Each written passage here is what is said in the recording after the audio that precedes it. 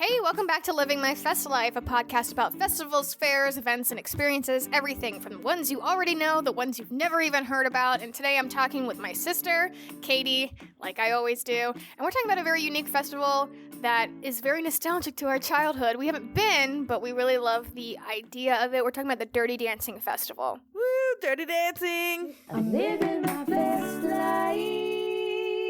So this recommendation came from a fan of the podcast that said, hey, did you hear about this?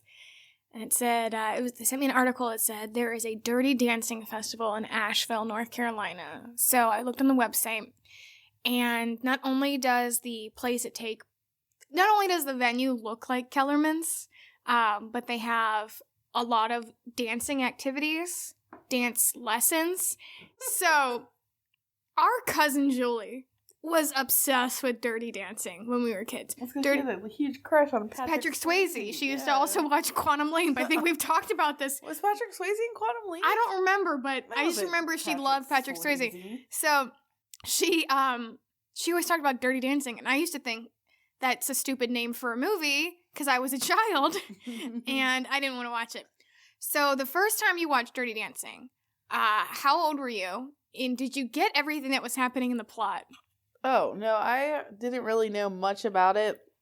And it's funny because I just made Rozzy watch it. Rozzy is your kid? Yeah, my child. We were on a plane. Perfectly good movie for kids. Well, we were on a plane and I didn't have earphones, so... No! Why were you that person? Well, I was like, let's watch this movie because if... And therefore, everybody in the rows next to us is going to be watching this movie. Well, we didn't have the sound on, so I could just watch it and she could watch the dancing part. Yeah. So you just have to keep watching her step on Patrick Swayze's shoes. You like, trust me, there's Hungry Eyes is playing in the background. It's awesome. I skipped the sex scenes and the boring parts. We just did the cool dancing scenes. But I remember Dad used to cry every time. Our dad used to cry watching it, and I have a joke about that now in my stand-up act. Yeah, every time he lifts her up, my dad would start crying. He'd be like, goddamn bug in my eye. Did you know Jennifer Grey and Patrick Swayze didn't even like each other? Yeah, so I watched this behind-the-scenes documentary called How It Got Made, or Making of a Movie. I don't know, it's on Netflix. They go through Ghostbusters, Dirty Dancing. So they originally tested Patrick Swayze and Jennifer Grey along with Billy Zane and Sarah Jessica Parker. Can you imagine Sarah Jessica Parker as Baby? Yeah, because she did that other dancing movie in the 80s. Yes, Girls Just Want to Have Fun. Yeah. But Billy Zane. Can you imagine him? Good? Nobody puts Baby in a corner. I don't know. It's just it's so iconically Swayze now. You know? Yeah, but I can see Billy Zane doing it. I mean, he was in Titanic. He was just the evil guy. Yeah, so. but Patrick Swayze is kind of a dick in that movie. So they were going from behind the scenes, and basically Jennifer Grey was testing with Patrick Swayze, and they had already done Red Dawn together, which I guess they had some drama there because we're watching this screen test, and he's like, "Just dance, bitch," or whatever. He was really mean to her. Yeah. I don't know. He can't be sullied in my eyes, though. All the things he did to save horses, and how much he loved his wife, and he did to Wong Fu. I mean, I'm just such a Swayze fan.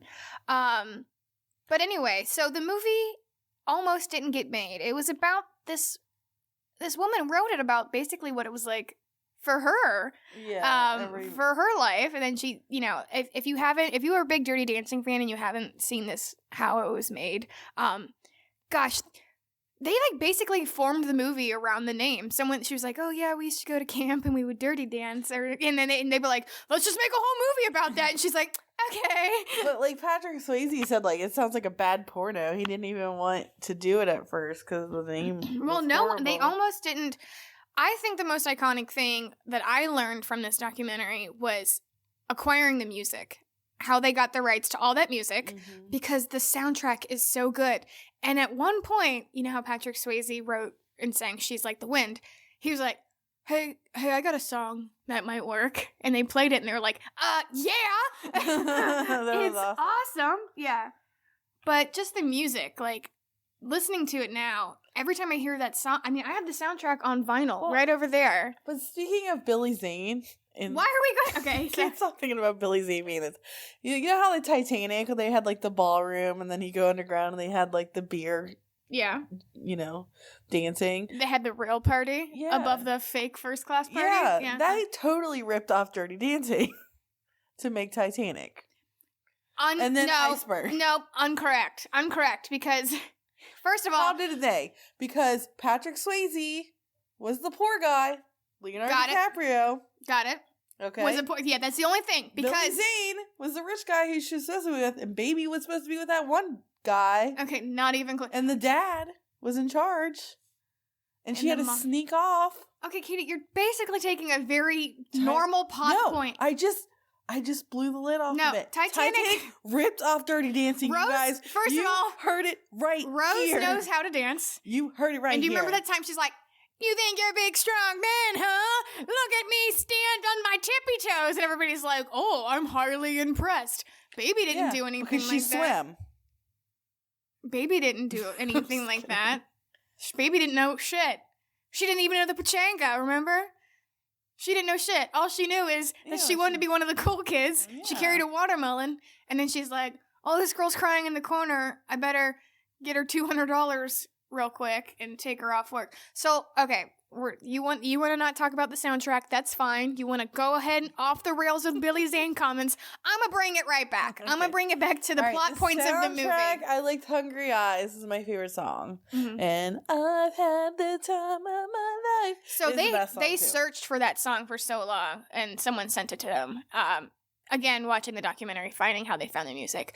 Okay, let's talk plot points. What do you think is the more important lesson? Whose journey do you think? Johnny Castle. Terrible name. No, it's all about Baby. I know, but he goes through such a change of growth as well. Like softening up, being less. I never had anybody believe in me the way you did. Kind of. Yeah. You look at me and I feel like I could be more than just a dancer. Sounds like she's like Titanic to me. She's like, maybe you should just keep dancing because that's kind of what I like about you. So wait, you just reminded me, Chris Farley and Patrick Swayze doing the Chippendale dance on Saturday Night Live. I'm sorry. Yeah, Chris Farley should have really been the one that was cast. Like, forget Billy Zane. Let's remake Titanic. Yeah. The whole plot point of Baby needs to help out this woman so the woman can have an abortion. How did that impact you at all on your thoughts about... When I was a kid, I had no idea what was going on at all. Well, they said she's knocked up, and he says it like so mean, and I was like, who hit her? Who knocked her? I didn't know what it meant. What that is. Yeah, it was not a movie for kids because we don't get it. When you were a kid, it was all about the dancing and none about the dirty. No, yeah. But that was a messed up part of the movie. I can't believe they got that in there. Because back then, like, Roe versus Wade was what? The 70s? And the movie came out in the 80s?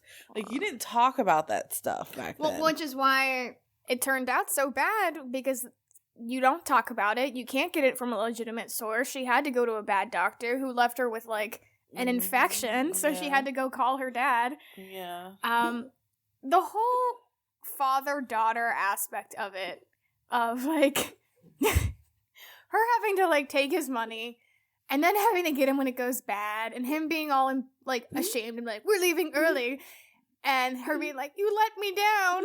And oh my gosh, that movie actually is kind of terrible. Yeah. It's a terrible I just think that plot point, like, I get the growth of a woman, but the whole, like, disappointing my father aspect I could have done without. Let's be real. If you just watch like the last 10 minutes of that movie and nothing else, it's pretty satisfying. No way. There are so many side characters that I love so much. Okay. The sister? No. Okay, hold on. Let me go ahead and say this. Lisa is the bane of my existence for this fucking movie. She is the most selfish person ever. First, she's like, nobody talks about things I like. Ma, I should have brought those coral shoes. And then, every time her sister's like, hey, can you cover for me? She's like, no. And every time she's like, that's what sisters do. I know, she's so mean. Like, you can while you walk. She's just mad because she's very untalented and nobody likes her with those bangs. So she wants to fuck Robbie, which is fine, and she like yells at it. She's like, "You're not the only one. Now I'm daddy. Now daddy has my attention." Oh and then my the only time she shows her any kind of sympathy or any kind of empathy is when she goes, "I could do your makeup. You look real pretty." I don't even Oh, remember that. You're already pretty. No, I just think they could have had a pivotal moment there where, like, even though the dad's mad at her, like, the sister is there for her, but they don't. Lisa is just, like, the worst character in the whole... She's worse than Robbie. Yeah, I just can't believe this movie is still a classic, and I will agree that it is a classic. I love it, but it's such a terrible movie. No, I disagree. There's a lot of stuff you can deconstruct with it, but there's a lot of good side characters. I really do like the dance instructor that is, Johnny Castle's partner. Her name escapes me right now. Penny. Yeah. Penny, yeah. Her story, I left home, my mom kicked me out, she was a rockette, dancing's the only thing she's ever been known how to do. Baby's like, "I envy you," and she just like walks off like, "You dumb idiot, don't envy me." Like, you're here on your family's vacation, which is completely paid for because your dad is a doctor and he saved the owner. She envies her because she's independent. She envies her because she's glamorous, and she's not. And independent, though. No, she's never like, I admire your independence. No, she goes, "You were rockette, I envy you." It's because you're beautiful and glamorous. Is that all that matters? To her, maybe. Beautiful and glamorous. So, I'm sorry, I don't like your character, Lisa Naimi. Naimi. But she will... Naimi. But Lisa Naimi, who plays Lisa, will be at, I believe, the 10th anniversary of the Dirty Dancing Festival. So the Dirty Dancing Festival, it's going to be the 11th annual Dirty Dancing Festival.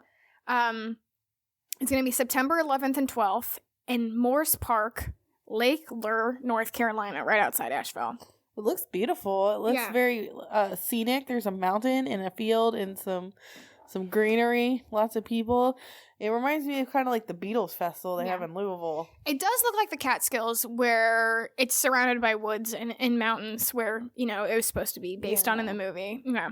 You can, there's a lakeside screening of the film, so you can watch it. There's a carry a watermelon contest. Oh, cool. Learn dance steps, sing songs, and attempt the famous lake lift scene, which I think is probably the highlight of the festival. I hope they have paramedics on site. I'm an X-ray tech. I should probably go to that. So they have a couple contests. Best dressed character lookalike contest, which if I was going to this, I wouldn't do the typical, like, baby in her peach. No. I wouldn't do that. I wouldn't do the Patrick Swayze, like, I wouldn't do the last number look. I would do baby with her peach leotard and jean shorts with her keds on, where she's going down the stairs. That's my favorite look. Yeah, where she's practicing it because she's like feeling herself so hard. Yeah, that's my favorite look of that movie. Or the all white number where they're running in the rain and she's like, I'm scared about feeling the way I feel when never feeling the way. And then she grazes his ass, which I always thought was such a power move for a virgin to like approach a man with muscles and just go like, "I'm gonna dance with me, sexualized dance with me," and then she grazes his ass. What a predator. Okay, so here are the characters. We can't wait to lay eyes on your best baby, Johnny, Penny, Lisa, Vivian. Oh, Vivian, what a character. I come up here and watch my husband play cards so I can fuck all the dance instructors. And when they won't fuck me, I'll fuck a waiter. Like, Vivian is all of us in the future. What is this character? The rich wife, epitome of the rich wife. Yeah. That's not going to be me. Robbie, Billy, and many others. Be creative. Makeup, costume, wigs. You know what I want to do? I want to dress up like the two old people who steal all the wallets. Oh, I forgot about that part. Yeah. That's awesome. When she busts up, she goes, "Maybe it was that old couple." And they're like, "Don't go accusing people." And she's like, "No, I saw him with a bunch of wallets." And it's like, what if she just like tackled one of them? It was like, see, like the lengths she would go to prevent Johnny cancel. Okay, there's a couple shag competition. Show off your fancy footwork at the Dirty Dancing Festival's couple shag competition. What if it's just bumping and grinding? Like, people are like... So is it like... They're, I don't know, like Grease, where they're all dancing, and people are like not too close, though, and then they tap them and they have to get kicked out? It looks like sign up to shag your way into the main stage to participate. Prizes will be given to the final 3 couples in each category. So it is like the Grease competition. Yeah. The American Bandstand dance-off thing. Then there's also a Kellerman's Festival talent show. So just like they did the talent show at the end of the season at Kellerman's, they do a talent show at the end of this. And they bring out a giant stage. You should go out there and tell jokes. See, they have like a girl up in the air lifted up by a guy, but like... That just seems like one of the... That seems like everybody would do that. Hey, they give... Yeah. You know what I would do? I would bring out a giant log and dance on it. You know how they had to balance on the log in the woods? I think he fell off of that. Because he wanted to do all his own stunts. Okay, so they have lessons everywhere. And they also have the Asheville Ballet that will come and incorporate dance performances throughout the day. So if you really like Dirty Dancing and want to... Is that your favorite movie? Mm-hmm. Do you like the mountains? Do you like stuff? Earn a spot up on stage with there's 2 dance captains, beginning with Lisa's iconic hula dance and ending with the Kellerman's anthem. Come join us for a time of your life. I did like that part in the movie where they're like, you know what? Just fuck these chairs. We all dance into this song. Can you imagine when that's like, because it cuts to credits afterwards, but can you imagine that they're just like, after this, I always like to imagine what happens after a movie ends. I just picture the song ending, the lights turning on. They're like, "Okay, everybody leave," and everybody's like, "Oh, what just happened? Did we just forward in time 20 years? Are we all progressive now?" That's funny. Okay, so the Lake Cliff competition starts at 5 p.m. and couples will enter the water, and they have 2 practice lifts before doing their final lift that will count for scoring. Do they have like nets or something? Oh, they're in the lake. They're in the lake. Water. It's the lake lift when they were practicing. Oh, thank God. Yes. I thought they were going to kill people. So they go in the water. They even give you tips. Can they play lake lift chicken? No. Oh, yeah, when you just like Superman these hoes into each other and see which one's going to scrap their head in. I want to go to the lake lift chicken fight, and I want to watch that. And whoever wins first prize of that, those are the real heroes. Yeah, okay. So this festival looks like a lot of fun. It looks like it'd be fun even if you don't like love the movie. Let's see, there are vendors that come out through. So they do have a lot of food trucks. Maine lobster, barbecue wood-fired pizza, shaved ice, funnel cakes by Pam. Fucking Pam shows up. Okay. There's taco trucks. Kettle corn. Man, it's like a little... Beer garden, wine and cider house. Hell yeah, there's a brewery. So it's just like a Dirty Dancing themed festival. And they have an artisan village where they have pottery, soaps, jewels, boho hippie haven, French heart, just like a bunch of... stuff that literally has nothing to do with him, but they do have giant heads of Patrick Swayze on top of a pole. And t-shirts that said, "I carried a watermelon." And they'll probably have, like, remembrance for him, since he has passed. Yeah, they do have a video up on their website of Lisa, I guess, during the 10th anniversary, which was a tribute to Patrick. Did you know they made a television series of Dirty Dancing? I know they made Dirty Dancing Havana Nights, which was terrible. Yeah. Why do we do that? No. So, quit making sequels. Stop it. We hate it. Hi there. I'm Lisa Naomi Swayze. His wife. And I hear that there is a Dirty Dancing Festival going on right now in Lake Lure. And I know this because my good friend Stacey Weidlitz, who co-wrote She's Like the Wind with Patrick, was there last year, and I believe he's here again this year, along with Frankie Privet. And he said that everybody at this festival had an absolutely fabulous time. Time of their life? And I'm sure that that's exactly what's happening again this year. And this year it's particularly special because it is the 10th anniversary of the Dirty Dancing Festival, but also it is the 10th anniversary of Patrick's passing. And I thank you guys for showing up and supporting the fight against pancreatic cancer. I know that Patrick fought very hard against this disease, and that if his bringing awareness to it had one iota of help to those who are trying to survive it, and maybe even beating it, which one day we will do, Oh, God. he would consider it his highest honor. Why? Are we crying right now? Because he's that kind of guy. So, I love that your said, laugh. if I were channeling Patrick right now, this is what he would say to you. For all those intrepid souls who dare to enter the lift contest, yes, that one.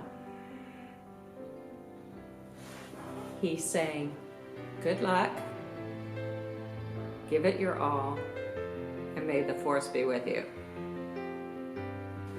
Hey, you guys, have the time of your life. That's important. Have fun. Thank you.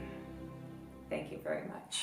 Okay, I want to go now. Go now. Jeez. Oh, my God. So, like, festivals and anything, We love when you're with a festivals. group of people, it's all about the collective experience. And I bet it is just so beautiful hanging out all day long, and then the opening of Time of Your Life goes on, and everyone's just Screaming, it cheering. and just singing along and dancing together, just thousands of people. Oh, that's going to be amazing. I have, like, goosebumps over that. So it looks like they have after parties even. So this is cool. Keep the good times rolling at the after parties. I mean, and then to raise money for pancreatic cancer. I don't want to minimize that because I think you're all collectively experiencing that too. And like it's for the greater good. It's good for a good cause. There is a 1927 Lake Lure Inn and Spa 50s beach party. Ooh, fun. I would get the cutest, like, 50s Little dress or bikini. And then they have a brass band that plays at the Rumbling Bald Resort Beachside Pavilion party. Oh, I want to go to this. I love brass bands. I love brass bands so much. Okay, so here's the schedule. Let's make sure that we didn't miss anything. Yeah, so Lisa Sherman, that's the one I was thinking, not Leisha, not his wife. So last year, I guess at the 10th, they had guest appearances by Frank Preveet, I guess. He wrote Time of My Life. Oh, co-wrote I've Had the Time of My Life. Yeah. And Hungry Eyes. Oh. So he won the Oscar and Golden Globe for that and earned a Grammy nomination. So he came to the festival. That's awesome. And so did Lisa Sherman, who plays Lisa. Okay, so that's where I got confused. What else are they doing now? It says that Frank continues to raise money for the Pancreatic Cancer Action Network charity in Patrick Swayze's honor through sales of his original demo recordings of I've Had the Time of My Life. Dirty Dancing Festival fans can meet him and learn more during the Watermelon Races tents. And Lisa Sherman guest appear at the Dirty Dancing Festival, performing together with the Band of Oz. She will also be joining the Asheville Ballet's final dance performance at the Kellerman Talent Show. How fun is that? She looks great. She does look really good. Yeah. So I just think it's cool that they get people to stop by. Oh, no. I don't know who that is. Oh, that's Stacey Wilditz. She's like the wind. He was the composer and songwriter and friend of Patrick Swayze. And then they have I think this was all last year. So Cloggers. God damn, get out of here with your clogging. This is the Dirty Dancing Festival. There's a giant dance floor. Why wouldn't they have one? Yeah. But it's a giant checkerboard dance floor in front of the stage, and I think that would just be Do you want to go to a lot this? of fun. Yeah, I kind of do. Because we could drive there. It's not that far. No, it's only 5.5 hours. Oh my gosh. We might actually go to this. Oh, you can be a volunteer. Have a blast at the beautiful Lake Lure with us and give the gift of volunteering. Let's see. You receive a free weekend and festival pass, festival t-shirt, parking permit, free water. Oh, goddamn, yes. Appreciation after party. Appreciation! I want it to be I want to volunteer for the watermelon because I want it to be like Pike's Place where they throw the fish. And I'm just going to throw watermelon at everybody. Let's see. Festival blogs, photos. I mean, this just seems like a good time for a good cause with very like-minded people who enjoy the same kind of nostalgia for a very classic movie. Now, is there any other movie that you would want to go to a festival for? Dazed and Confused Festival? No. You wouldn't go to that if it was Almost Moontower? Famous. Almost Famous Festival? I'd go to that. Yeah. That's one of my favorites. That is my favorite movie. Oh, what else is my favorite movie?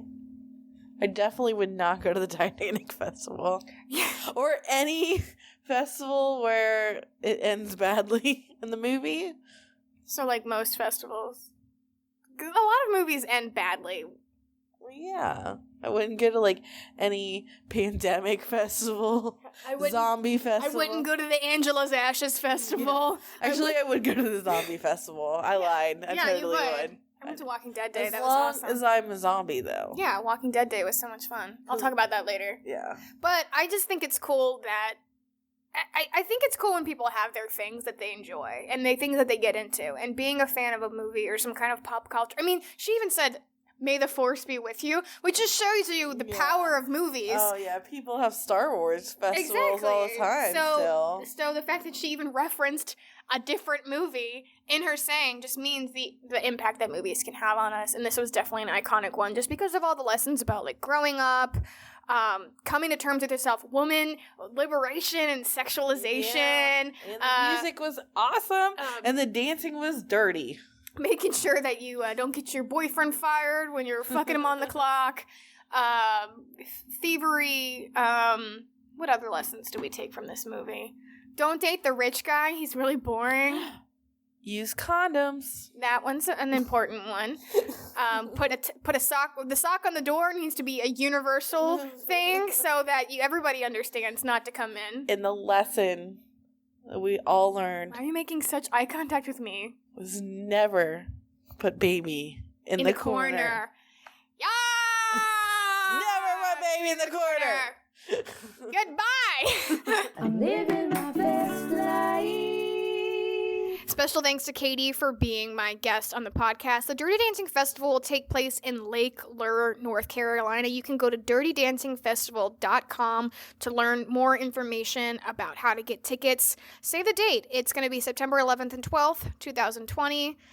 You'll see me and Kelly there. Hopefully, carrying watermelons. And Katie's going to lift me out of the water. Definitely going to lift her up, and I will definitely put her in the corner. Yes. Thank you so much to Melissa for suggesting this. Really love when listeners kind of chime in and say, hey, talk about this one. So, Melissa also runs Model Face Comedy, so please look that up. If you have an idea, you can email us at festlifepodcast@gmail.com, or you can hit me up on any social media. I check it constantly, all day, every day. You can follow me. You can be my friend. You can stay outside my house and just yell it at me. Hey, write it in fire and flaming trash outside my car window. I take all the hints. And special thanks to Phil from Me at Compadre for cutting out all my sister's abortion jokes during the editing of this podcast. And, yeah, we'll see you next time. Go fest yourself. I'm living my best life. If you're